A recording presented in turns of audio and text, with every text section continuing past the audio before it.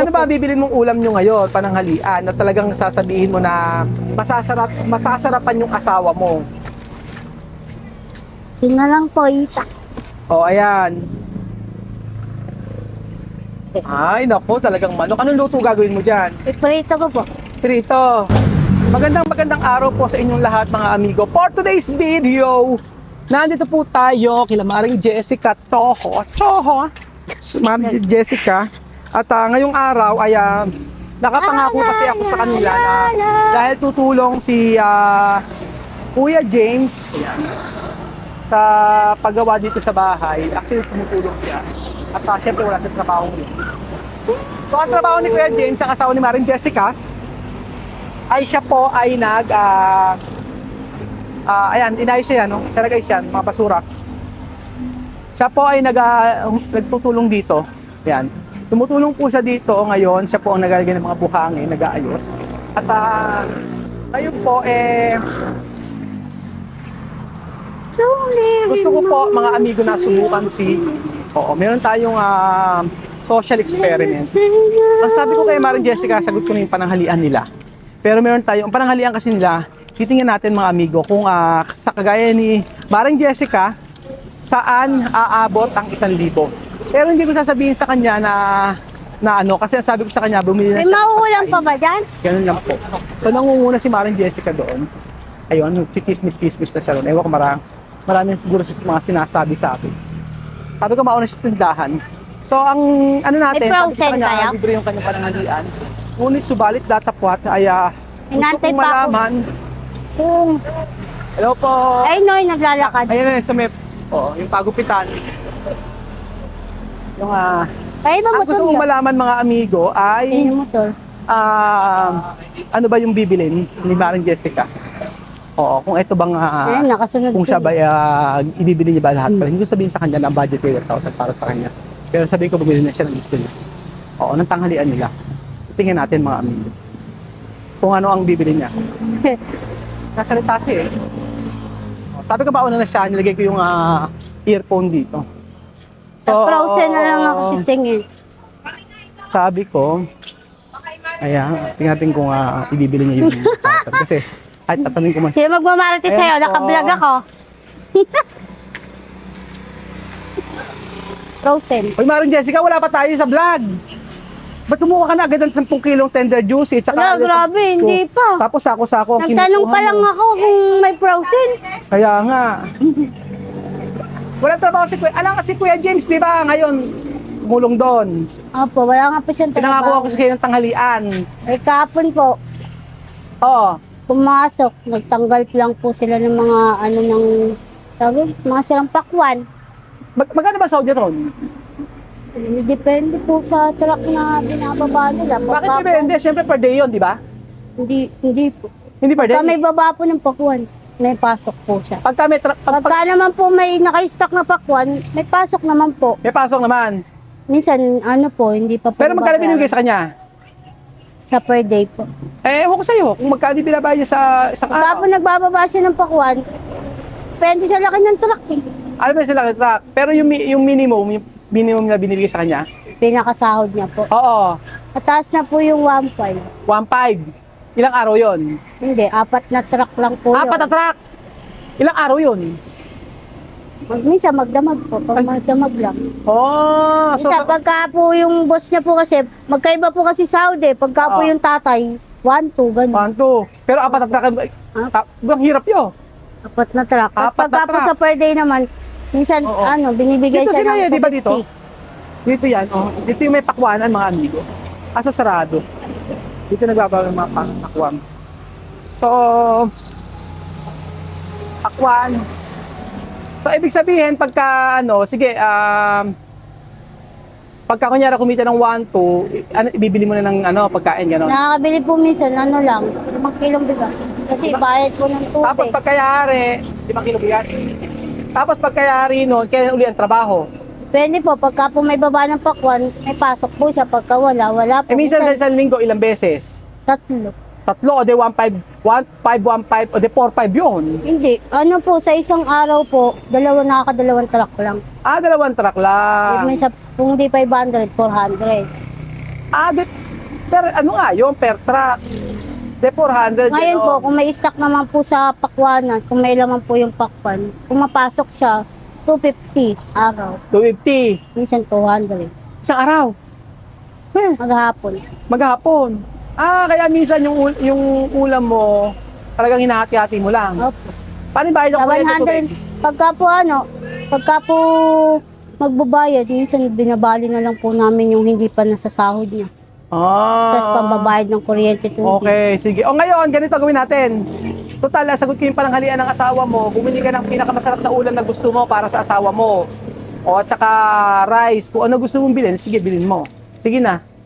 Oo. Total, sinabi ko sa iyo kahapon. Pero, ano ba gusto mo? So, pumasok po tayo sa tindahan natin. Actually, kami po may-ari nitong tindahan na to. Hindi pala si Kuya pala. Bili kayo! Meron bang bibili? Alam mo dati, Kuya, dapat nagtatawag kay eh. Ay, hindi ba pwede magtawag? So, ano ba bibilin mong ulam nyo ngayon, pananghalian, na talagang sasabihin mo na masasarapan yung asawa mo? Yun na lang po, itak. O, ayan. Ay, naku, talagang manok. Anong luto gagawin mo dyan? Iprito ko po. Prito. Kasi di ko pa alam kung makakapag-prito pa ako. O sige. Ano mga gusto mong bilhin na ulam para sa asawa mo? O, Ito na lang Ay, naku. po. Kasi na sa inyo yung ganyang kalaking manok. Sobra lang po. Sobra na yan. Ay, ibig sabihin Si nakaluwag. Justin po kasi, pagka nagluluto ako ng ganito, ayaw kumain. So, ibig sabihin yung binili mo na yan, nakaluwag-luwag ka pa niyan. Opo. Okay, sige. Nakaluwag-luwag pa rin si ate nito. Tapos ang luto gagawin mo dyan? Iprito ko po. Piprito. So piprito, kailangan... sige na, ano ba ang mga bibilin mo? Pagkakataon mo na yan para bumili. Yung pamprito. Pamprito. Ano ba yung pamprito nyo? Yung crispy fry. Ano? Crispy fry. Crispy fry. Yung crispy fry daw ang kailangan niya, brother. So, kinitimbang pa niya, crispy fry. So, yun ay ulam nyo. Apo. Paano yung mamayang hapon? Kasama na po doon. Ayun na yun. Apo. So, ibig sabihin, kunyari sa sa tanghali, ang ulam nyo, siyempre malutong yung balat na muna kakainin nyo. Apo. And then after na sa gabi, yun naman. So, pag may natirang buto, bukas, pakukuluan mo, magiging sabaw. Ganun ba? Okay. Saka mantika. Yan na yun, tsaka mantika. Kanin, rice. Bigas. Bigas. Ba't parang nahihiya ka? Di ba sabi ko nga ko ang tanghalian mo? So, yun ay tanghalian nyo? Apo. Okay. 5. Oo, 5. Sa So, yung 5 55. kilong bigas ngayon, Pang ano po yun? ilang araw na yun? Hanggang ano po? Hanggang Hanggang kailan yung 5 kilong bigas? Sabado. Naku, di ba sabi usapan natin tanghalian lang? Apo. Ba't pa 5 kilong bigas ang inano mo? Di ba dapat 2 kilo lang? So medyo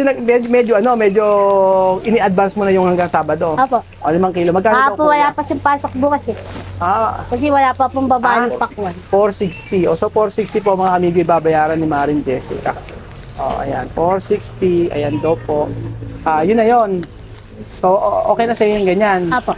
Naku, ang hina mo. Sabi ko, bumili ka ng gusto mo. Wala na, natapos na yung video natin. Paano yan? Dahil sana grocery ka na, kumuha ka na napakarami. Hindi mo dinamihan. Oo, dapat dinami-damihan mo na. So, eto po, mga amigo, ang ni Maring Jessica. Okay na sa'yo yung ganon. Ba't ayaw mo bumili ng marami? Sabi ko sa'yo, bumili ka ng marami, hindi yung pinabili marami. Magaan na yung ano namin. Ha? Kasi Ano? magaan na din. Magaan na. Makiluto lang ako kay Tita Baby. Ganon. So, okay na sa'yo yun. Opo. Nako, kung okay na pala sa'yo yun Nagdasayang ako, isang gatang lang. Yung isang gatang, sabi mo nga, Maghapon na po. pag kumakain ka nga, 3 kilo. Yung asawa ko po minsan hindi kumakain sa bahay. Bakit siya kumakain?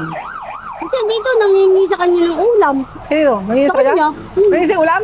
Pumupunta dito, nangingi ng pagkain. Nagugulat ako, may bit-bit na lang sa Ay, bahay. dito na nga lang. Kuya, pwede mo trabaho dito? Ako, libre lang, pagkain lang. Okay Thank you yan. po. Okay na. Opo.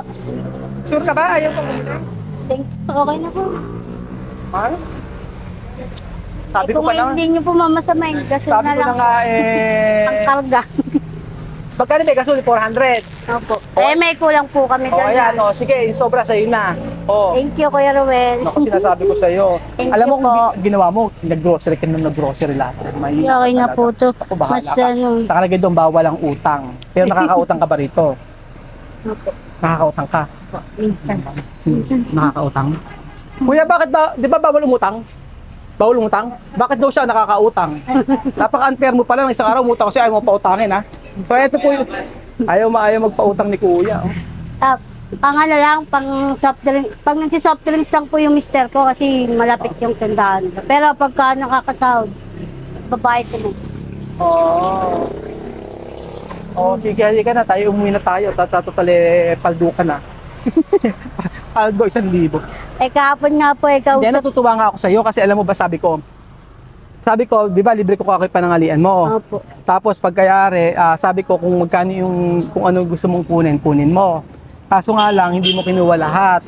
Kinuha mo lang kung ano lang yung sinabi ko na pangtanghalian. Pero sabi ko naman, kung gusto mo kumuha, pwede ka naman kumuha. Pero kinuha mo, manok lang. So, Mas importante po sa akin, bigas. bigas? Mas importante sa kanya ang bigas. Kasi po, kung bibili po ako ng kung ano-ano, saglit lang po sa anak ko, mamaya hihingi niya naman. Wala na ako ibibigay. Oo, so magpapakarga ka na lang ng gasol. Opo. Oo, ba tayo magkahoy? Wala po akong pag-aanoan dun. Nako, dapat mangahoy ka. Pwede ka naman mangahoy kung walang kahoy. May kahoy nga po, hindi naman po alam kung saan ako magsisiga. Naku, pero hindi ganun, Jessica. Kailangan maparaan ka sa buhay. Hindi pwedeng ganun. Nakita mo yung mga truck na to. Oh, kunin mo yung mga ano Kung niya. sunugin ko nga, katagal nang nakatayin ba? Yung mga parts sa mga sakyan na yan, kunin mo. Tapos sinunog.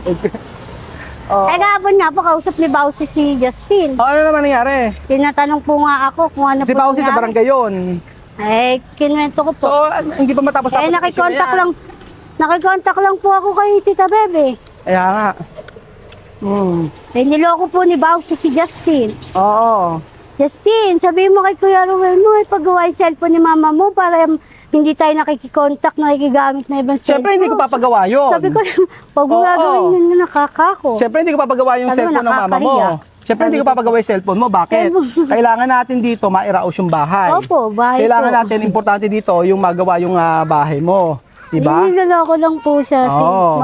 Si Justin po kasi matatas pag tinuruan po Bakit tinuturuan ng taga-barangay yung mga ganyang yung bata na manghingi? Hindi tama yun. Pag-antay. Pero hindi po gagawin Diba? ng anak ko yun. Kaya nga, Pero well, ala akong, saan ka dapat magpasalamat? Pinangako ko naman yan. si Tita Mariton daw po. Bakit itong manok na hindi mo ayaw nila may sabaw? Hindi din po kinakain ng anak ko. Mas maganda pirito. Sabagay, usually mga Pagka bata. pinirito ko naman po, si Justin, babawas lang po ng konti. Tapos yung kanin niya, lalagyan niya po minsan ng ketchup. Yung ketchup, yung ulam ketchup. niya. Tapos minsan Prito. toyo. May nilagay sa pirito. Kasi kami may nagsabaw-sabaw naman. Oo. Eto po, mahilig sa manok. Oo, hindi, magluluto rin muna yung mama mo ng tanghalian. O, di ba? Nag-aayos na sila dito, mga amigo. May ginagawa pa siya, Oo, may kukuha kasi siya ginagawa ng permit mo, kaya hindi pa ikaw pwedeng sumama. Kaya nga. Hindi ka pa pwede sumama. Sige na, iayos mo na yan na pakitunggal na muna to. Nang tayo. O, kasi nag-aano siya. Magluto ka na. At magkarga ka ng tingnan ko kung nagkarga ka ng gasol ha. Oo. So ayan po mga amigo, tumutulong si Kuya James dito. Yun nga kasi mga amigo dito, ganun. Diba? Hindi porket na kagaya nagbablog tayo, ganyan. Siyempre, yun ang ayoko sa lahat, yung pinapangunahan ako sa mga bagay na ibibigay ko. O kaya sabi ko kanina, merong sabi daw taga-barangay tayo na sabihin mo sa vlog yan na ipagawa yung cellphone. No. Sabi ko, may mga bagay na dapat unahin. Ang gusto ko kasi marunong mag-antay. Marunong mag-antay at alam ko naman yung pangangailangan ng tao. Kaya hindi kailangan sabihin sa akin. Kasi minsan, nakakaano tayo sa yung part ba na parang okay naman na iyan mo na ibigay mo ng tulong. Kasi may mga importante na dapat unahin, mga ganyan po. Kaya parang na-open ako pag gagawin ng mga tao na sasabihin na sabihin mo sa may vlogger na yun na ipagawa yung cellphone, bilhin ako ng ganyan. No.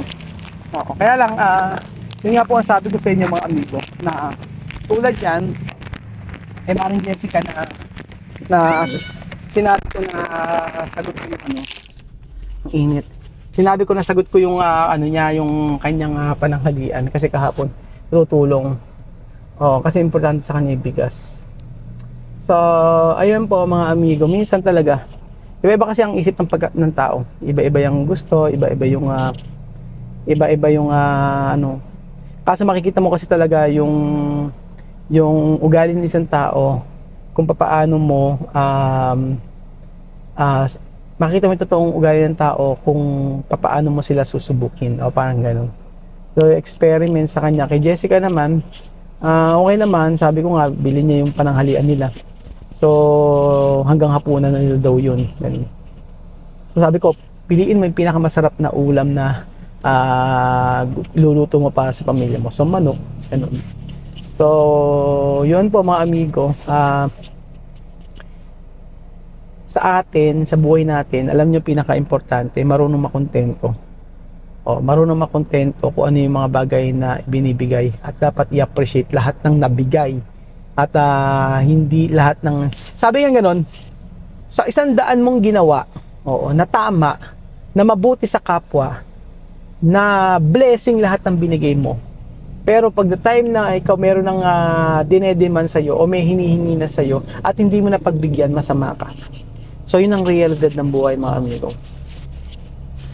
So, yun ang realidad ng buhay na maraming naghahangad pa samantalang naibigay mo na. Yun. Maraming naghahangad na ganitong bagay pero sobra-sobra na nabigay mo. Wala talagang kakontentuhan yung ibang tao. Yun ang dapat nating isipin. Matuto tayo makontento, mag-antay. At nakikita ng Diyos, nakikita ng tao ang mga pangangailangan natin lahat. Nakikita ng ibang tao kung ano pa yung mga dapat bilhin at para maiayos yung buhay nila. Pero dapat marunong makontento at marunong magpasalamat, maging grateful. So kagaya sa buhay nila ni Maring Jessica, sabi nga niya, napakalaking blessing na yon at napakalaking pa-birthday na sa kanya yun. Pero pinangungunahan ko silang lahat na dito kay Ate Janet, kay Ate Bebe at kay Jessica na after kong maibigay at after magawa yung bahay nila at after na maibigay yung mga sa sponsor, tapos ay obligasyon natin. So kailangan nilang magtrabaho. Ganun pa mga amigo. Yun ang pinakamaganda. Yung huwag tayong magkaroon ng lifetime responsibility dahil sila naman ay marunong magtrabaho. Nabuhay sila nang wala tayo. So thank you so much po mga amigo at God bless po. Justin, ang ulit ko na